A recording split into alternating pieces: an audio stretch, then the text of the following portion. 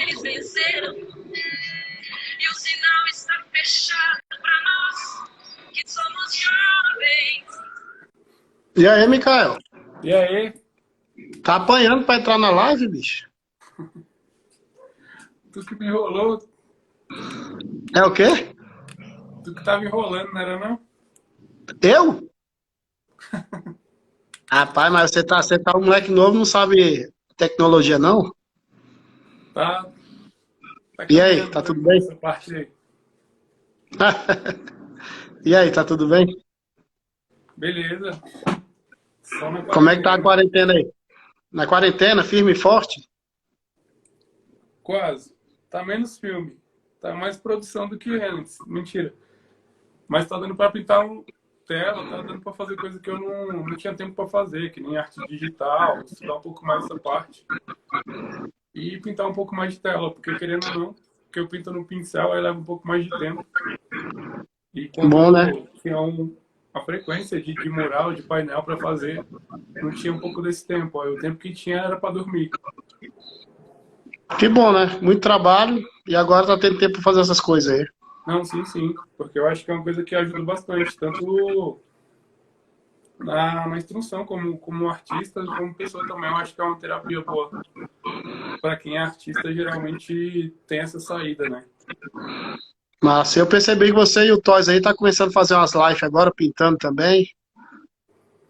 É, começou mais para ficar um pouco mais interativo e dinâmico, porque eu acho que a galera participando ajuda mais, assim, tanto questão de ponto de vista, quanto até o feedback, né, do próprio trabalho. E E é querendo legal ou aí não, uma porque comunicação, né? É uma parada que tá e é bem legal assim, porque é presente. uma hora que você tem, uma hora você tem que diminuir o que você tem que fazer, né? Só que É, a gente pode prolongar por horas e horas, mas aquela primeira hora ali é o momento certo para as coisas acontecerem. sim, sim. Você fica bem curioso aquela primeira hora. É, porque muita gente, por exemplo, muita gente entra na live quando vê, fulano iniciou a live. Tipo, na expectativa, às vezes, de ver alguma coisa, tipo, dos bastidores do processo de trabalho, às vezes no intuito de ver quem é um artista, porque não costuma ver muito o rosto, vê mais o trabalho em si. Tipo, saber um pouco mais da realidade dele, assim, de como é a pessoa que faz o trabalho que a gente gosta. Exatamente. Uma das coisas que eu tenho falado em várias lives é justamente isso, que muitos artistas, muitas pessoas conhecem apenas o trabalho de quem o faz, né? E às Sim, vezes não conhece quem faz de verdade. Então acho legal essa interação que a gente fez, trocar de ideia aqui com online, cara a cara, e as pessoas vão conhecendo quem faz. sim, eu acho que até aproxima mais, querendo ou não, a pessoa do movimento, né? Tipo, do trabalho, tanto do trabalho do artista quanto da cena, o que está acontecendo, assim. A pessoa se dispõe um pouco mais a abrir a mente para conhecer, né? Tipo, a cena por Sim. inteiro, não só o artista. E Mas a gente acaba que também, quando você dá esse espaço, você abre uma porta que para ela não existia antes. sim. Eu acho interessante também porque a gente quebra os paradigmas que só os caras que estão lá em cima, que não pode falar, o cara não pode mostrar o rosto. Então, eu acredito muito nessa troca de ideia para favorecer a história do cara, das pessoas que passam por aqui, Sim, que sim. mostra quem é de verdade, né, Mikael? Porque acho que cada um, além de correr atrás do seu, a gente tem um compromisso com a cultura, velho. E a cultura, ela é muito grande, né? Sim, o Rocher entrou aí. Guga, Toys, É, o Google Ayog. pra caramba.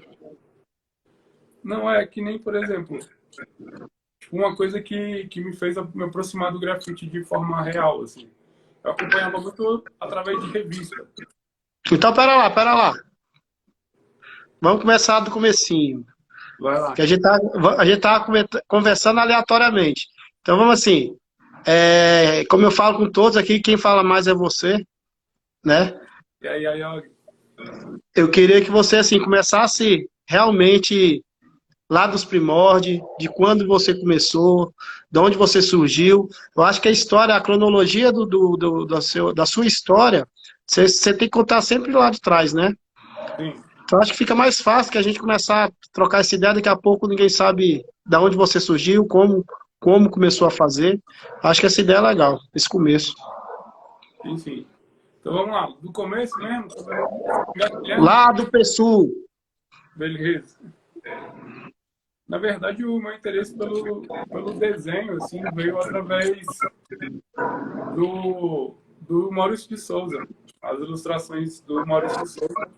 Porque eu acho que foi o primeiro contato real que eu tive com a ilustração em si, o personagem, né? Porque minha irmã sempre lia para mim a história. E tinha só um gibi na época, eu lembro, que inclusive, era um gibi da Magali. Ela lia todos os dias e no mesmo horário. Aí chegou uma época que ela parou de ler esse gibi para mim, porque ela começou a namorar. E nisso eu fiquei puto. Eu fiquei puto, né? Porque era como se fosse uma... Terapia. É como se fosse algo que tinha que acontecer, que eu já me programava para o dia e o horário para ele acontecer. Aí quando ela começou a namorar, isso não rolou mais. Aí foi nisso, eu acho que essa minha ira fez com que eu pegasse o gibi e tentasse ler por conta própria. E nisso eu consegui aprender a ler na escola. Foi uma coisa que me ajudou pra caramba. Eu acho que de tanto ouvir, as palavras ficaram de um modo redundante e eu consegui acompanhar e aos poucos consegui entender as sílabas, as palavras, as frases, e nisso eu aprendi a ler antes de ir pra escola. Foi uma coisa que me ajudou pra caramba. Isso você fala com quantos anos, Micael? 6 anos de idade. Massa. Eu acho que meu áudio está estranho. O seu tá chiando, Ecoando. tá dando eco. Tem um fone aí? Deixa eu ver. Vou colocar um aqui também.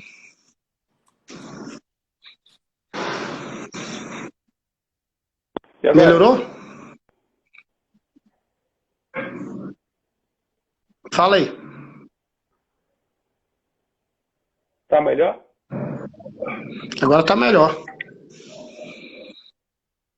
Agora sim. Aí, ó, dá até pra mandar um freestyle pro Rochedo ali. O Rochedo é um DJ. Eu conheço o Rochedo desde 2000 e não sei quanto. Até hoje ele fala que é DJ, mas eu nunca vi ele tocando nas picape. Eu vi ele fazendo umas lives de scratch aí que ele mandou bem, que eu fiquei surpreso. Então vamos lá. Pois é. Aí foi na história da Mônica, né? Tipo, da turma da Mônica, assim, foi o Maurício de Souza, pra mim, foi o primeiro ilustrador que eu tive contato pelo trabalho dele, né? Que eu sabia nome, eu fui buscar fontes, saber o que era. Isso aos 6 anos de idade, né? Um pouco novo isso. Eu acho que o que aconteceu na minha cabeça naquele tempo, como eu já sabia o que os personagens falavam, aí nisso eu queria fazê-los, aí foi nisso que eu tentei reproduzir. Porque querendo ou não, acho que todo mundo que que começa no desenho, começa com um embasamento de algo, né? Que tá vendo, principalmente se for desenho, tentando copiar um desenho, tanto de anime ou o que for. Aí pra mim foi o Turma da Mônica. Que nisso que eu tentava reproduzir ficava muito feio. Era muito feio, embora parecesse muito simples, mas era muito feio. E foi uma parada que eu fui entender. Segura os cachorros aí. É lá na rua. Foi uma parada que eu fui entender quando chegou o grafite. Essa questão do personagem, da identidade. Porque, querendo ou não, no grafite, você não precisa nem estar dentro do movimento para conseguir entender que você precisa de uma linguagem, porque por fora você já consegue deduzir se esse trabalho aqui eu estou vendo, eu consigo já saber de que é de fulano, mesmo sem olhar a assinatura, isso automaticamente já é uma identidade, isso já é uma linguagem. Então, Sim. quando você, por exemplo, você pega uma letra sua de 10 anos atrás, você pega uma hoje, embora tenha mudado muita coisa, mas você ainda consegue ver uma estrutura que foi feita de um tempo atrás, foi uma estrutura da mesma pessoa, algo que foi criado pela mesma pessoa. Isso é nítido. E foi uma coisa que o grafite conseguiu me ajudar bastante. De ser E é engraçado, Micael, quando você fala o copiar do artista, principalmente igual o Maurício de Souza, você vê que a identidade dele é tão foda que nem, eu acho que quase ninguém consegue copiar idêntico, né, quando começa, velho, que é difícil. Sim, e foi uma parada que, desenhando aos poucos, aí depois quando eu tinha uns 12 anos, assim, eu migrei um pouco mais pro realismo, para entender um pouco mais a estrutura, tanto facial, e depois eu investi um pouco mais nisso para entender um pouco da luz e sombra, que foi algo que me ajudou pra caramba. E essa questão do simples, ela é uma coisa muito louca, assim, que eu fico pensando, que eu pensei e comigo mesmo, assim, um tempo. Qual é o rosto que a gente mais vê na vida, né? É o nosso mesmo. Às vezes a gente fala, mãe, mas não é. É o nosso mesmo, porque a gente acompanha o nosso processo, tipo, desde que a gente se conhece como pessoa, e nisso a gente acompanha todo o nosso desenvolvimento, através de reflexo, através de espelho, através de retrato, através de foto com um amigo. Então, você sempre está se vendo ali a todo tempo, em várias fases diferentes. Então, querendo ou não, isso se armazena no seu subconsciente, e tudo que você faz, que seja principalmente algo gráfico, algo que seja visual, você acaba colocando a sua identidade ali. Por isso que muita gente fala, seu trabalho parece com você, seu trabalho lembra você. De alguma forma, inconsciente, você aplicou aquilo no seu trabalho. E uma coisa que eu percebi, a certeza dos 15 anos de idade, foi que eu conseguia reproduzir um Dragon Ball Z que, embora parecesse ter muito mais detalhe, muito mais fielmente do que uma harmônica, por exemplo. E foi uma coisa que eu entendi depois. Porque, por exemplo, porque o mangá, ele geralmente é um método, né? Ele não é muito uma linguagem, ele é mais um método. Existem mangás que têm uma linguagem específica, mas é bem mais padrão de você aprender, porque existe um método. E, no caso, quando você erra em algo com muito detalhe, algo mais complexo, é muito mais difícil de você conseguir notar o erro daquilo. Agora, quando é algo simples, você tem que ser preciso e exato, porque caso você vacile em algum momento, vai ser perceptível aos olhos de qualquer pessoa, até do leigo. Sim. Então, foi uma coisa muito louca. E tanto é que essa personagem que eu tenho, a Onika, que eu comecei a colocar lá no grafite, ela veio de uma experiência que eu tive com um deficiente visual. A primeira vez que eu peguei ônibus na vida foi que eu ficava pensando, né, durante o processo de quando ele estava conversando com o cobrador e tudo mais, como é que ele conseguia, sabe, identificar qual ônibus que era, como é que ele sabia o horário para voltar para casa, como é que ele voltava para casa. Então isso ficou martelando na minha cabeça há muito tempo.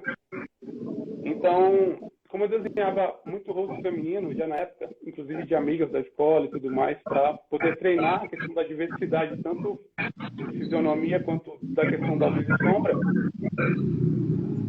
aí eu voltei e comecei a apagar os olhos das mulheres que eu desenhava, em referência a isso, em respeito a isso, que eu achava muito foda.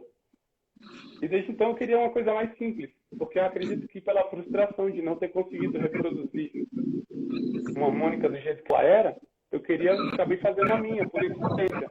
E daí veio a Onika, né, que é uma harmônica e com referência a isso.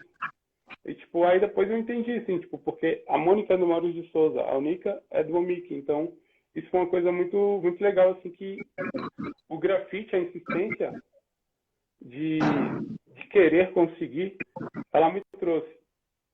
foi uma coisa muito legal, assim, que o grafite também me E quando, proporcionou. assim, Micael, quando eu, assim, a primeira vez que eu tive um contato com você foi através do Soneca, né? Ele veio com aquele velho black, né? Nem black book, aquela pasta cheia de desenhos seus, isso há algum muito tempo atrás, e falou assim, olha aqui, Gilmar, esse aqui é o moleque que tá vindo aí para mudar a cena do grafite de Brasília. Acho que ele percebeu o que era você naquela época já, né? Ele já viu um artista que você é, velho, foda. Sim, não, o Soneca, inclusive, foi um cara que me ajudou pra caramba nessa questão de identidade. Mesmo sem ele saber, mas foi uma coisa que... Uma frase que ele falou ficou na minha cabeça durante muito tempo, assim. E foi o que me fez praticar muito isso. Que se você quer desenhar alguma coisa, qualquer coisa, você pega a parada que existe. Você pega, seja uma foto, você pega a foto de uma parada que existe. Não de alguma coisa que alguém já fez. Não se baseia na ilustração de um ilustrador, em um grafite de um grafiteiro, sabe? Porque você pegando aquilo, você extrai 100% dos seus traços, assim. Foi uma parada que é muito real. Porque se você não olha nada de ninguém, você vai ter que se virar. E, consequentemente, vai ser o teu jeito de fazer as coisas. Então, isso me ajudou pra caramba. O Snoopy também, tipo, os contatos que eu tive, o primeiro contato com grafite ao vivo, na verdade, foi muito de vocês mesmo, da Def Zulu. E eu achava muito louco a questão da versatilidade, né? Todo mundo em uma área, só que fazendo uma união harmônica, e porém todo mundo trabalhando muito bem em cada setor. Assim, seja no detalhe, seja você, a questão, o Soneca com os personagens, um olho maior que o outro, as bocas diferentes, isso é a realidade, assim, uma coisa que você fica pra caramba. O Snoopy fazendo uma coisa mais caricata, mas também com uma pegada semi-realista de pintura. O foco é no vetor, inclusive eu acho que não devia ser parado, por mim era muito foda, assim, o que ele fazia era muito simples, ao mesmo tempo era muito complexo, porque tinha uma linguagem ali, tinha uma característica muito forte. Tinha um que era só de preto, que eu lembro, que era lá na Ceilândia, que ele fez só com colorzinho preto, assim, que era só um sketch preto, que era com um chapeuzinho tampando os olhos, um nariguinho de coxinha, que eu sempre passava por isso, eu achava muito foda. É o que tem o pincel, ele segurando o pincel? É, esse mesmo, com o bracinho meio cruzado. Esse grafite tem até hoje. Tem até hoje. Eu acho muito foda. E o Guka, querendo ou não, né? Tipo, bicho monstro desde aquela época. Tipo, fazia uma coisa que eu não entendia. O processo, como era feito, como é que chegava até o resultado. Então, eu achava isso muito foda. E querendo ou não, acho que não só eu, como muitas pessoas da minha época, assim, que gostavam disso e que migraram para esse ramo, conheceram os trabalhos. Também, tipo, a Alck, eu via muitos trabalhos deles. Eu achava muito legal a questão que era um painel muito pequeno, só que sabia encaixar tudo direitinho. Eu gostava muito disso, tipo, da cena de grafite na Ceilândia. Assim, eu achava isso muito foda.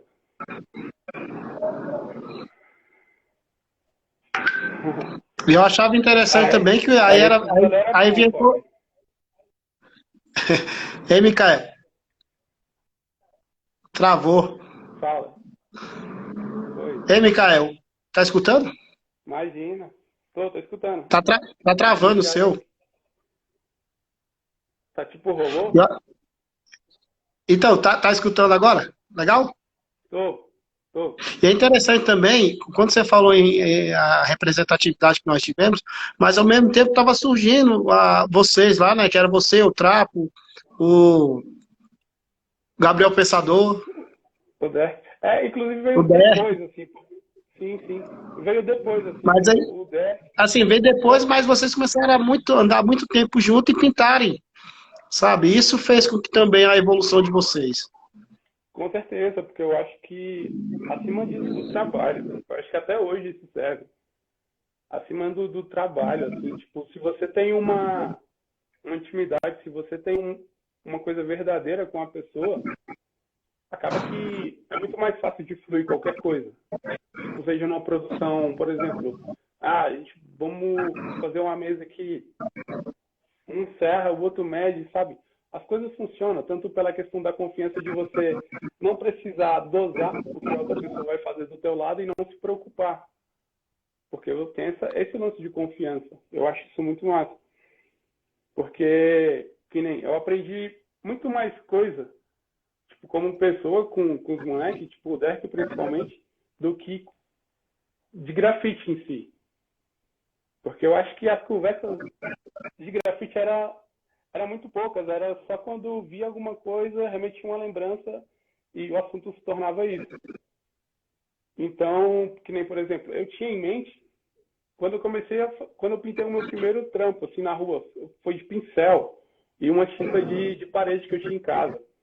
E eu contornava com pigmento xadrez, preto. Lá no PSU. Isso. E eram os personagens que eu pintava sozinho.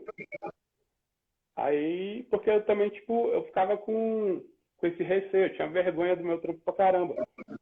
Então, porque eu sabia que tinha uma coisa com uma qualidade melhor. Aos meus olhos eu já conseguia perceber isso. Então, pra mim, na minha cabeça naquele tempo, enquanto eu não tivesse um nível, uma qualidade de trabalho respectiva, eu não queria ser visto. E eu também tinha um pouco desse lance de crio, assim. Eu não queria ser crio para não alimentar a pintar somente com um nicho de pessoas. Eu queria ter essa liberdade de, pô, eu quero pintar com quem eu quiser, sabe? Então, por isso que eu Mas, era sempre muito anti-crio. Micael, é engraçado você falar essa parte de quando você fez o primeiro, que você queria muito mais, você já sabia que tinha um potencial para mais, só que na necessidade de não poder ter, talvez, materiais melhores, coisas melhores, você começa dali para aprender o que é o grafite, o que é o desenho, o seu desenho, a disponibilidade que você vai ter para começar a fazer tudo com carinho, com vontade, com estudos, para chegar onde você chegou hoje. Então, tudo tem sua fase, tudo tem a sua cronologia, é igual de todos. Tudo ao seu tempo. Sim, com certeza, porque eu acho que sempre que você tenta avançar demais com algo que você não está no alcance de executar, eu acho que você acaba dando um tiro no próprio pé. Porque processos, por menores que eles sejam, eles acabam sendo necessários para uma mudança gigante que você só vai perceber lá na frente. Que nem, por exemplo, o Derek e o Trapo foram amigos que eu tive, foram as primeiras pessoas que faziam grafite que eu tive contato real. E desde então, e também era uma coisa de bairro também, que eram pessoas que moravam próximo. Então não era uma coisa que precisava pegar um ônibus, mesmo que fosse longe, mas, caramba, quem mora na cidade, quem já morou, nunca foi problema caminhar, saca? Foi uma coisa que... É lógico. Porque você observa a rua, você não considera longe as coisas se tornam muito perto. Por isso que hoje em dia, quando alguém fala, bora em tal lugar, só que é meio longe, aí fala, é onde? Aí, tipo, é uma coisa que pra mim não chega nem a cansar a perna. O sangue não chega nem a circular no corpo. Então, é muito isso, assim. Então, são pessoas que eu conheci naquela época que eu tenho como amigos até hoje, assim. É uma coisa muito, muito foda, assim, dessa questão da cena do grafite. Eu acho que não só do grafite, mas qualquer cena que você faça porque você gosta de verdade, porque você ama de verdade, as coisas, elas têm um firmamento, assim. Elas ficam crescendo. Tem um sentido, né? Mais força. Sim. E assim, Mico, também eu tenho falado muito essa relação, vamos falar aqui de crio mesmo, né? Quando você tem, que a sua crio é família de verdade, você sente todo esse sentimento que você está falando aí.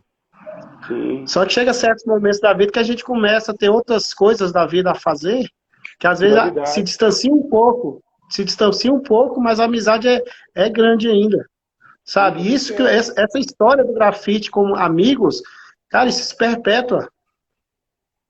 Sim, com certeza. Porque, querendo ou não, é um cara que vai estar presente num casamento seu, é um cara que, velho, tipo, às vezes vai estar brincando com o filho teu, sabe? Então, e você confiar nessa pessoa a esse ponto. Então, são coisas que passam acima de ter o preço, né? Passa acima dessa questão de preço e começam a ter aquele valor, o valor real das coisas, que eu acho que é o... Olha, é interessante esse negócio que você falou de filho aí, porque eu lembro, assim que eu tive meu primeiro filho, né, que foi o Cauã, que hoje está com 14, o Snoopy, o Soneca, o Foque, o Guga, foram os primeiros amigos meus a pegar o moleque no colo, sabe, dar rolé, o Guga sacaneou o moleque para Recife, o Snoopy vigiou a casa igual um cão, assim, tá nascendo, vigia aí, Snoopy, a casa, a gente já saiu, pegou a André correndo, foi pro hospital, a gente foi lá, voltou, eu voltei, depois busquei a André e o Snoopy firmeza lá em casa. Então, assim, essa amizade, bicho, é foda. E aí, Rana, essa amizade é muito foda, assim. Eu acho que é uma das coisas mais importantes que qualquer cena que você queira seguir ou investir em prol, acho que é uma das coisas mais verdadeiras, mais valiosas que você consegue. E também, no começo, eu lembrei aqui, tipo, a primeira pessoa que chegou a ver meu personagem, assim, foi o Pena. E, tipo, eu lembro que na época ele pintava umas menininhas e tudo mais. E ele até falava, que a galera zoava ele no tempo, que ele tipo, olhou o trampo, ele falou, continua fazendo isso daí e tal. Engraçado que foi uma coisa que foi a própria Onica, né, que ela não tinha nome. O batizado veio depois que eu comecei a pintar lá na rua. Então foi um cara que, velho, super me deu uma atenção, assim, tipo, falou, ele parou de pintar o que ele estava pintando para me dar uma atenção, para falar o que ele tinha para falar, assim. Foi uma coisa muito importante também. O Snoopy foi o cara que eu vi pintando e eu olhei de longe, né? Eu vi ele pintando na Finlândia, que eu desci do ônibus, inclusive, muito louco isso. Inclusive foi o dia que eu comecei a pintar. Foi o primeiro dia que eu fui fazer grafite na rua. Eu vi ele pintando só de longe, né? E mesmo que eu fosse muito distante para ir para casa, eu ainda assim, tipo, deu o braço a torcer a isso, né? Porque era uma parada que eu gostava muito. Então eu vi o bicho pintando de longe. Você lembra qual desenho que ele tava fazendo? Aonde Umas era? bolinhas jogando pro alto, é na Finlândia ali, tipo Guarirola. Ah, tá, bem aqui na 8. Ah, inclusive, esse desenho concorreu a um prêmio no Rio de Janeiro, né? Sim, muito foda, muito foda. Então, por isso que, tipo, tem um peso muito grande, assim, na questão da minha história com relação ao grafite. E depois que ele foi embora, aí eu fui descendo pra casa, já tava meio que anoitecendo e tudo mais. Aí depois desse dia eu decidi, falei, aí é isso que eu quero fazer. Aí foi daí que eu arrumei o material que tinha, tipo, peguei pincel, aquele pincel de escola, né? E esses materiais que geralmente tem no fundo da casa, né? Área de pintar E, atrás dele. Micael, e é engraçado, assim, como a gente tem essa situação que você passou em descer do ônibus e lá ver o grafite, não foi só você, né? Teve um caso também, não sei se tu lembra do Cole, né? Quem não lembra do Cole? Lembro, sim. O Cole, ele passou uma situação praticamente parecida com essa, só que ao invés dele, primeiramente, ele chegar na gente e trocar ideia, não, tava ele outro camarada, ele pinchou esse grafite aí. Aí depois disso, aí ele me ligou, caguetando o moleque que tinha pichado. Aí pegou eu, o Foque, o Guga e o Snoopy fazendo outro grafite, ele desceu, trocou ideia com a gente, sabe? E assim, de lá pra cá ele virou o bomber, virou o grafiteiro, só que depois se perdeu na vida, né, velho? Então, assim, o aprendizado do grafite eu acho que é muito válido. Pra quem realmente tem a intenção de, às vezes, melhorar um pouquinho de vida. Não falo em relação nem financeira, porque é muito difícil. Eu sempre falo assim, são poucos que vão sobressair com a arte. Mas naquele Sim, momento que você está vendo aquele grafite ali, você consegue ter um, sei lá, um encaminhamento, uma direção legal, velho, na vida. sim, sim, com certeza. Eu acho que é a questão de propósito, né? Propósito, cada um tem o seu propósito. Que nem, por exemplo, eu acho que é impossível vender o grafite, digamos assim. Porque grafite para mim é uma lifestyle. Como é que você vai vender um estilo de vida de todo mundo? Porque grafite, você não vive de grafite. Você vive em prol do grafite. Porque eu Sim. considero um estilo de vida. eu acho que o que vem depois disso já se torna um trabalho artístico de um artista que é grafiteiro também, sabe? Eu acho que essa questão de associar e desassociar gera muito incômodo de uma parte e incompreensão de outra, assim, é o que gera muito conflito, eu acho que na própria cena do grafite. E tem muita gente, eu acho que muito preocupado com o título, ao invés de prática, sabe? Eu acho que quando você mostra mais trabalho do que teoria, eu acho que é muito mais fácil de compreender. Porque, por exemplo, imagina que alguém é surdo e não pode ouvir o que você fala. Então você vai ter que mostrar. Agora imagina que todo mundo seja surdo. Então você vai ter que mostrar. Sabe? Eu acho que é uma coisa mais justa, assim. Tipo, ao invés que também, tipo, tem uma coisa muito louca, assim, que eu acho que muitas pessoas já passaram. Eu não passei tanto, graças a Deus, assim, porque geralmente as pessoas que tiverem meu caminho foram pessoas muito fodas e souberam falar, né? E, tipo, se dispuseram a isso também. Foi uma coisa muito legal. Mas, às vezes, tem um moleque que te pergunta algo e às vezes você nega essa informação para ele. E fica frustrado. Naquele momento que você faz isso, acaba que a decisão de caminho dele se torna uma outra. Porque é questão de personalidade. Às vezes o moleque tem uma personalidade de entender que ele está sendo um pouco inconveniente no momento e ele pode perguntar em uma outra hora. Ou às vezes ele já tem o gênio de eu vou tentar aqui agora. Aí dependendo da resposta que ele recebeu, pronto, já foi o motivo para ele voltar ao que ele estava fazendo e que ele se saia melhor. Que nem muita coisa assim, tipo, sobre a própria pichação, assim, que existe muito embate, né, com relação a esse assunto. E, tipo, é uma coisa que as pessoas não vão entender muito, porque, querendo ou não, é uma coisa que vai agredir mesmo, porque é feito com uma tinta preta, é feita com uma coisa mais agressiva, porque, querendo ou não, é um sentimento também, mesmo que seja raiva, mesmo que seja uma coisa que você faz ali para passar um momento, existe uma verdade nisso, assim. Então, querendo ou não, da onde que surge a questão do querer pichar? Onde que surge a vontade de você querer fazer alguma coisa errada? É de acordo com o nicho que você é recebido. Porque, por exemplo, se essa pessoa tem uma base de educação, os fundamentos que o governo deveria dar de suporte para a população, quanto saúde, quanto a educação mesmo. Porque, por exemplo, se essa pessoa tem informações a coisas que ela tem possibilidade de migrar para um outro rumo, você acha que essas pessoas, talvez elas teriam a vida que têm? Não falo só da pichação, mas eu vejo muito julgamento em cima dessa galera em si. Mas eu acho que ninguém compreende assim a questão real do que se trata. O cotidiano de cada um, né, velho? Exatamente, porque, por exemplo, aí fala, fulano é traficante, fulano é ladrão, fulano é pichador, não sei o que lá. Tipo, colocando como umas coisas erradas. Ok, é errado, porém, é o mais próximo que ele teve de algo correto, sabe? Tipo, não que os pais não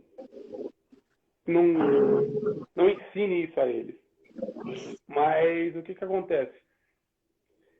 Quando você se sente mal e o grupo que te abraça, que te mostra o que você está fazendo não é tão errado assim, você vai abraçar essas pessoas com todas as suas forças. Elas vão ser sua referência. Então, se a galera abraçou essa pessoa, por que que você acha que ela vai achar errado o que essas pessoas vão fazer? Por que que aí você acha que... Micael, vou te complementar uma situação, no meu caso, né? Nesse Sim, momento você está falando sobre a pichação.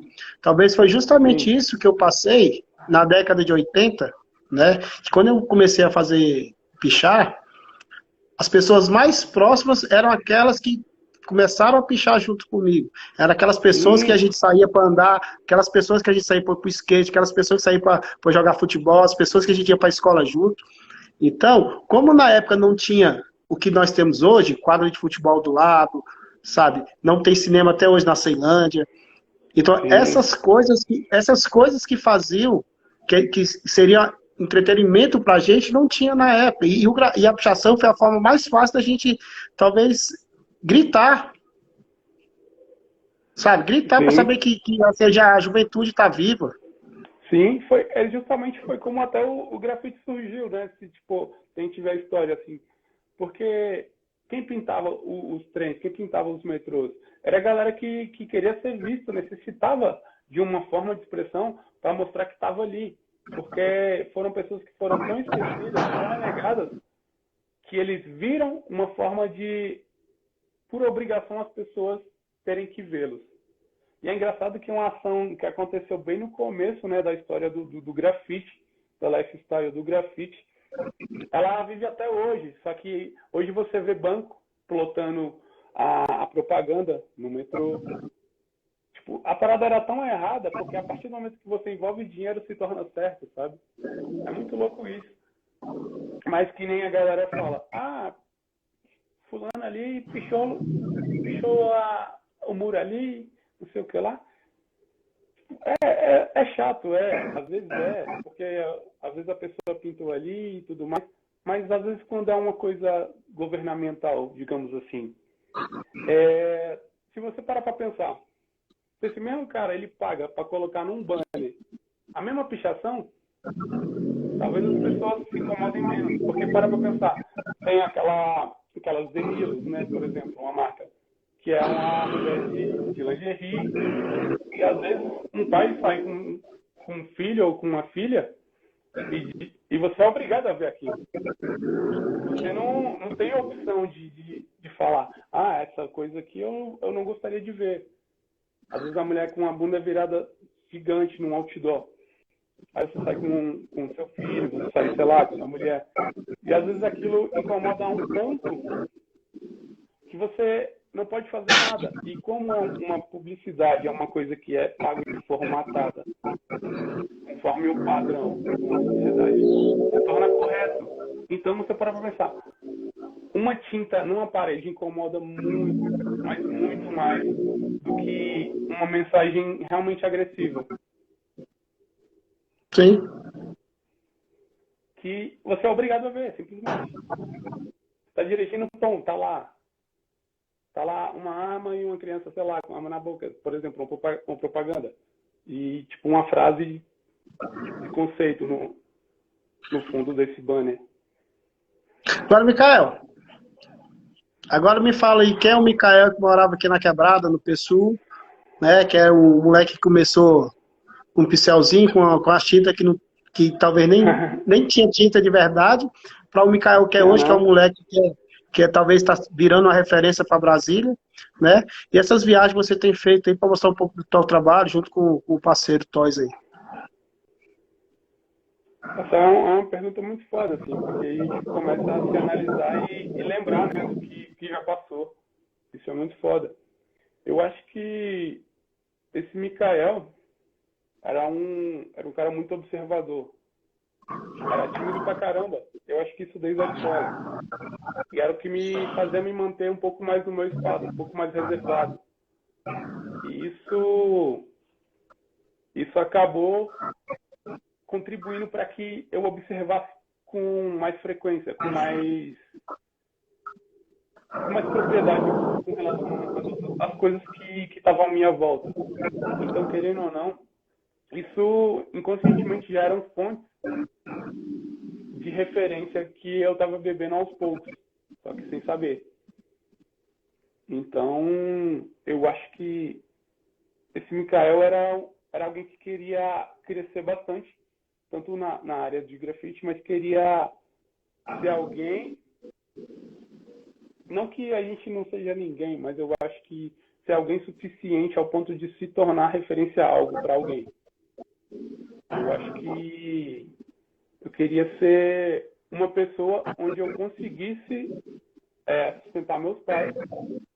Eu queria ser uma pessoa onde eu conseguisse voltar para casa e não ser aplaudido, mas mesmo que em silêncio os meus pais percebessem que o que eles fizeram não foi em vão. Então acho que esse era o Mikael incisivo de todos os dias, desde o ensino médio, desde as faltas na escola. Eu acho que o que pegava mais para mim naquele tempo era pensar no que afetava aos meus pais. Eu sempre tive muita preocupação com isso. E porque ambos foram duas pessoas excelentes para mim, das quais eu não tenho absolutamente nada do que reclamar, tanto com relação à educação, disciplina e principalmente hombridade. Assim, meu pai ele sempre foi uma pessoa muito referência para mim com relação a isso. E o mais louco de tudo é que ninguém da minha família tem uma vertente voltada para a arte, voltada para a questão, essa questão do ponto de vista distorcido da sociedade, né? Fora desse padrão, assim. Foram duas pessoas que vieram do interior, do Ceará, e vieram para Brasília. E nisso eu acabei nascendo. E foram duas pessoas que me ensinaram as melhores coisas que eu sei hoje, inclusive que eu utilizo até hoje, né? Eu acho que esse era o Mikael mais puro, tipo, um pouco mais ingênuo com relação às coisas, às pessoas. E o Mikael de hoje eu acho que é um cara que construiu uma coisa que parecia utopia para o Mikael da Ceilândia, era uma coisa que parecia inalcançável. Uma coisa que a gente chamava de sonho. Quando a gente coloca o nome sonho, geralmente eu vejo como uma coisa muito distante, que está aérea, está uma coisa impalpável. Você não está tão fácil de alcançar. Mas quando você substitui essa palavra por objetivo, ela se torna mais próxima. E é aí onde você tem que trabalhar. Eu acho que esse é o Mikael de hoje. É o que substituiu o sonho por objetivos. E segue trabalhando nele. Isso é bom. Mikael, assim, acho que toda cultura, toda arte, quando ela começa a sair espontaneamente, por exemplo, da gente, né, que como você falou, não tem ninguém da família que tem uma afinidade com a arte, eu também, na minha também nunca teve, mas dentro da família, mesmo você fazendo uma coisa que inicialmente não tem um olhar perante a família legal, você teve alguma rejeição, uma discriminação dentro da família para começar a fazer o grafite? Porque eu tive várias. Sim, sim. Não, o mais louco de tudo isso, assim, é que meus pais, eles nunca interferiram na minha vida com relação às minhas escolhas, tanto religiosa quanto qualquer coisa que geralmente eu via os pais dos meus amigos fazendo com que eles fossem obrigados a fazer algo que eles realmente não queriam. E eu vejo muita gente que cresce um profissional frustrado por conta disso. Porque às vezes, meu filho, porque às vezes o pai não conseguiu ser médico, aí ele deposita um sonho dele no filho. E caso o filho não consiga realizá-lo, o pai automaticamente vai deixar o filho frustrado, porque o filho não quer deixar o pai frustrado. E acaba que ele acredita em algo superficialmente para ele não decepcionar as pessoas que ele ama. Então eu vejo muito disso. Então, uma coisa que eu gostava muito assim, dos meus pais, é uma coisa que eu soube valorizar muito mais também, atualmente, foi essa questão de nunca me influenciar os gostos deles, mas sempre me mostrar os caminhos. Existem dois, esse e esse. Mas você decide qual você quer. Então, até mesmo seja em faculdade, seja... Meu pai queria que eu fosse, por exemplo, qualquer profissão que eu usasse farda, bombeiro ou polícia, e sabe, é muito louco hoje. policial, eu nunca consegui me ver nisso.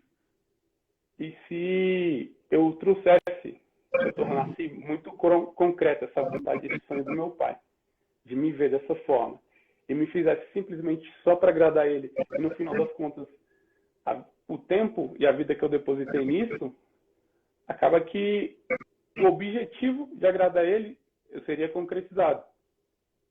Só que, e depois disso? Sabe? Eu acho que não tem problema nenhum das pessoas quererem ser funcionário público, quererem ter uma vida independente, mas eu acho que a partir do momento que você queira realmente seguir a profissão, você se dedique em prol disso. Não porque você quer ganhar dinheiro. Porque ganhar dinheiro, de verdade, eu acho que qualquer área você consegue. Desde que você seja bom, desde que você tenha empenho no que você faz. Qualquer área você consegue. Sim. Então, porque, por exemplo, eu conheci um cara que, ele vendendo balinha, hoje ele é dono de 3 mercados. Ele vendendo balinha. Então, aonde que você vai acreditar que uma pessoa que está te vendendo uma balinha ali, às vezes por R$1, ela vai ter um comércio no qual você vai comprar mantimentos da sua família, sabe? Isso é muito louco. Então, foi uma coisa que eu sou muito grato até hoje. Foi por essas questões. De meus pais terem zero influência na questão das minhas escolhas. Porém, eles sempre me deixaram claro. Isso é um caminho. E esse é outro. Massa. Qual você segue? A gente, voltando à família aí, como é hoje, você tem, praticamente hoje é um irmão seu, né, o Toys, é outra família que você tem, mesmo que vocês moram juntos, os irmãos que lutam, trabalham em prol da cultura, da arte, né, cada um com seu objetivo. Eu sei que cada um tem um objetivo diferente, mas hoje trabalham junto com a mesma perspectiva. Como é que foi essa união entre vocês? Sim, foi uma coisa, eu acho que acredito muito natural. Foi, querendo ou não, eu conheci o trabalho do Toys através da rua, né? E falar nisso, galera, dá parabéns pro Toys aí, que hoje ele tá fazendo 75 anos. Parabéns, Toys. Que não parem os bens. E é isso. Então, foi uma coisa que aconteceu muito natural, essa questão de pintar na rua. Tanto é que eu achava que o Toys era negro, por questão do trampo, assim. Eu deduzia uma fisionomia totalmente diferente. Eu imaginava que era um negão alto, um puto da vida. Ué, ele é branco, loiro? Hã? Ele é branco e loiro? Não, ele é mestiço, é que a galera chama, né? Ele é meio... Ele é negro, negro falsificado. De sol, pois é, isso daí, genérico. Pois é, aí nisso a gente pintou, teve o contato de pintar a primeira vez. Aí teve uma fluidez nesse painel. E acabou que a gente foi fazendo o outro.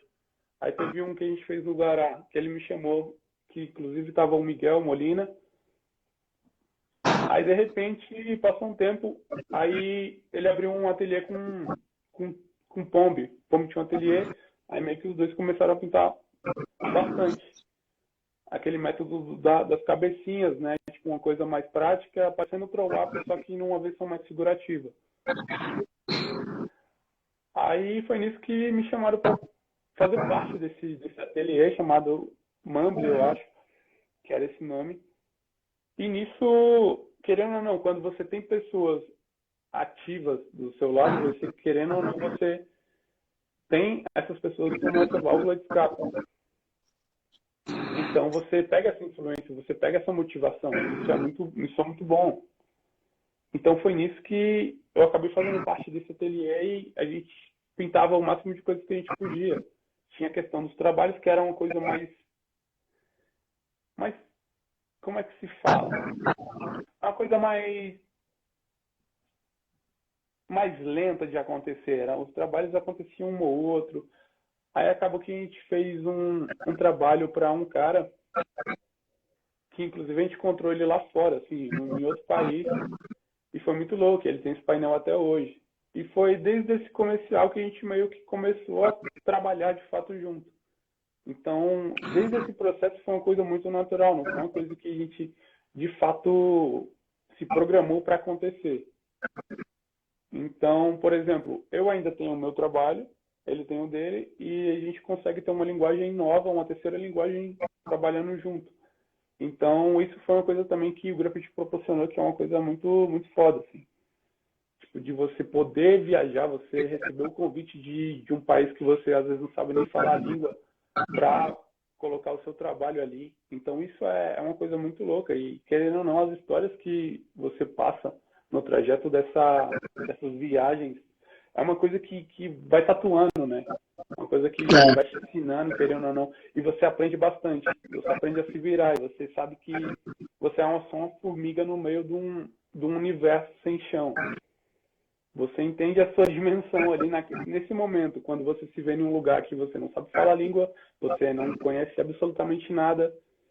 Então, é o momento que você meio que acorda para a vida e desperta vários outros pontos que você deixou passar um tempo atrás, porque não era necessário. Vai no sétimo sentido, né? Sim, totalmente. Totalmente. Inclusive, a primeira vez que a gente foi para fora, quando a gente pisou na França, eu não tinha conseguido sair da porta do metrô, o Toy saiu, eu não consegui sair. Aí nisso eu fui na próxima, né? Porque a galera lá, tipo, fechou a porta, assim. E nisso eu pensei, eu vou descer na próxima, eu atravesso e volto. Aí eu fiz isso, na expectativa que ele estivesse lá. Aí, como ele não estava, ainda procurei um tempo. Aí nisso eu subi a escada, eu falei, então ele deve estar lá em cima. Que foi o lugar que meio que a gente marcou com uma amiga nossa que estava lá. E nisso ele não estava lá também.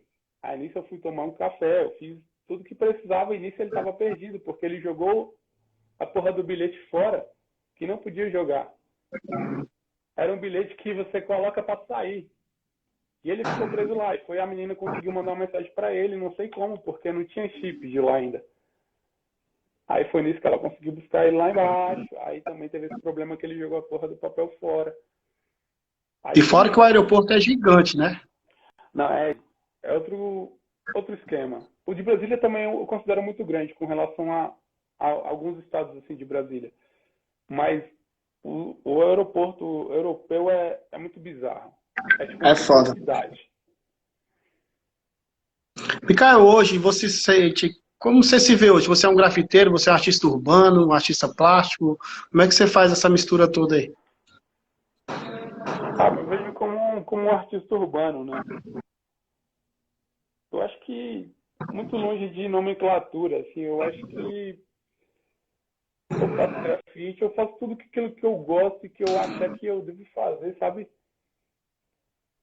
E sem precisar me colocar um título com relação a isso, porque eu acho que tá um problema muito grande, assim, nessas questões, inclusive para as pessoas.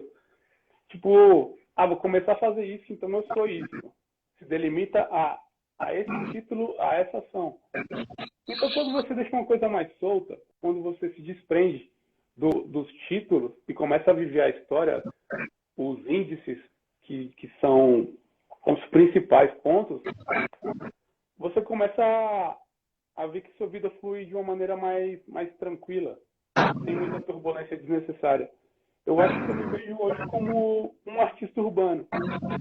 Alguém que atua na rua, porém, tipo, também tem um trabalho que cria um potencial para estar numa galeria. Eu acho que é isso. Massa. E os seus 10 mais artistas de Brasília?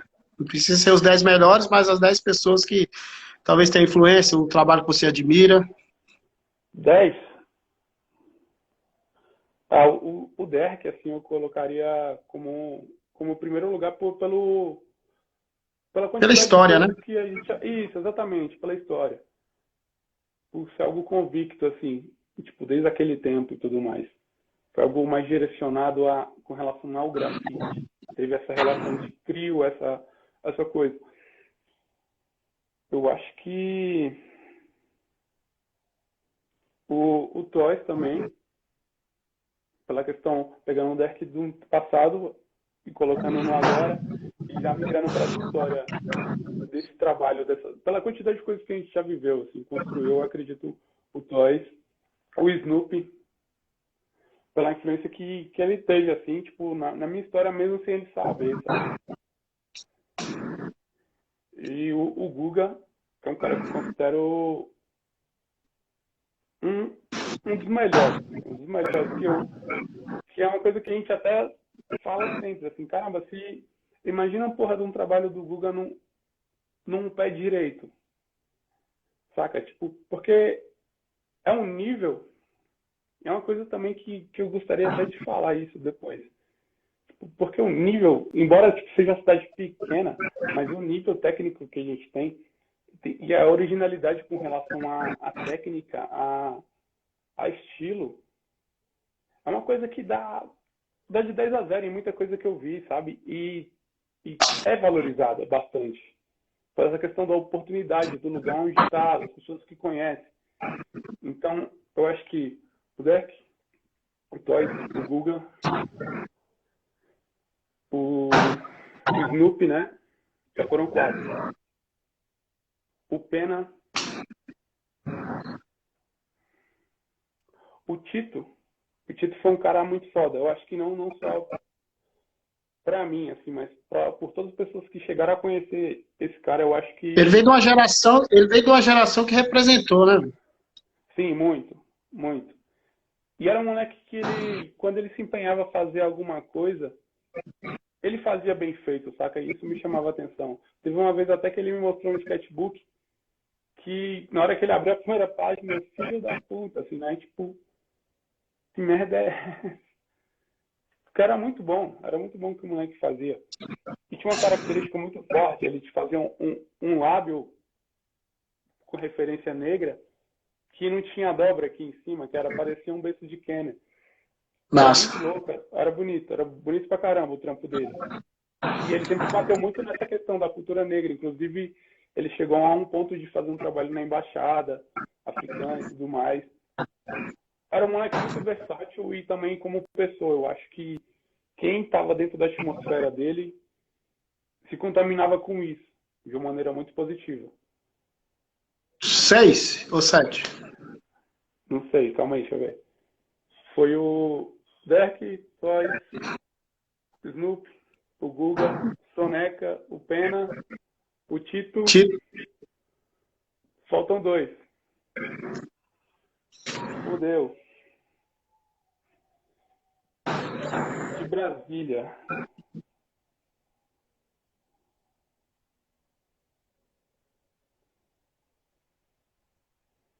Pensa rápido, tá acabando nosso tempo. Caraca, bora ver.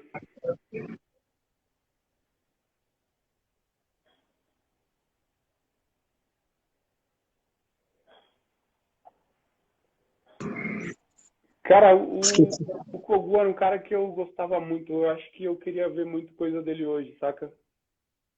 Era uma pessoa que, tipo, eu tive um contato muito bom, assim, que me ensinou muitas coisas também, com relação à distorção. Tem alguém perguntando se tem alguma mulher como referência.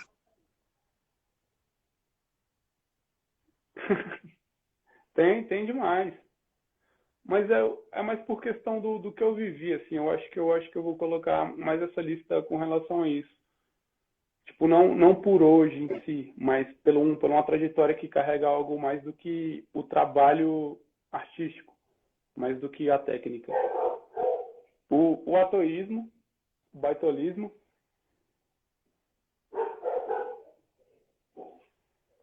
e colocar o Satão. Qual é? Sim, porque eu acho que, cara, foi o primeiro detalhe que eu tive contato na vida, assim. Era uma coisa que eu achava muito bem arquitetada, a questão de estar o nome escrito ao contrário e, ao mesmo tempo, o T conseguir equilibrar. Porque eu achava, no tempo, quando eu comecei, querendo ou não, eu riscava muita letra, né? Porque o grafite, geralmente, a galera coloca isso na cabeça, que o grafite tem que ser letra. Aí, eu achava muito difícil a questão de incluir o T, porque eu não tinha essa noção. Eu achava muito louco a maneira como era abraçado isso. Feliz pela última escolha. E, Caio, olha só. Nós temos 20 segundos para você agradecer. Eu já agradeço, obrigado. Vamos ter outras oportunidades. Não, com certeza. Eu acho que foi muito legal isso, assim, até pra galera conhecer um pouco